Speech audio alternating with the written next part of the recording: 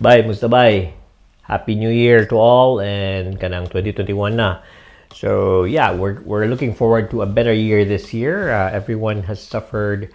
So 2020 was one of the worst years. Like I for myself, aside from COVID, murag grabe akong traffic offense na ko'y duha ka demerits and napokoy katulong na gina-contest. So I don't know, like kuyo kay mo lang kung lisensya si Bako nakunood.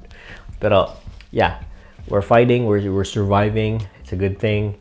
Coming here, so Victoria, we just had around 3 or coming 8. Pagka last day of the year, kulit lang na ay taga New South Wales niya, but nga rin niya, nag-outbreak na sa namig so good. Tapos ako dugab ko. Pero hopefully, this coming year will be very good. I hope I'll pump up new videos, but I'll also try to put up some vlogs.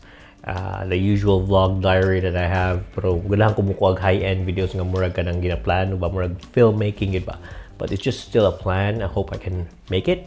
Ako lang ginabutang most of my energy sa akong English nga vlog, which is bisdakvlagger, katong usa ka vlog nga I don't know, can link it down below. Travel unsa, haven't been traveling or trying to look into traveling January or this month, but unfortunately na ay gamay outbreak, so I don't know if madayo na mong travel, but yeah, we're gonna try our best and we're gonna fight and yeah, keep on surviving.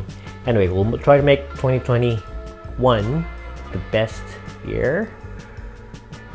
I don't know, we're gonna try our best to bounce back from this and yeah, I'm gonna take you guys to a ride also sa akong mga kuan in English, mga kung bisaya ni dapat, so dadunta mo sa akong mga kuan, mga adventures, mga bagong mga stuff.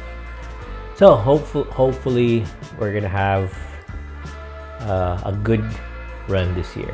So mura na siya. God bless you all. Happy New Year and you take care.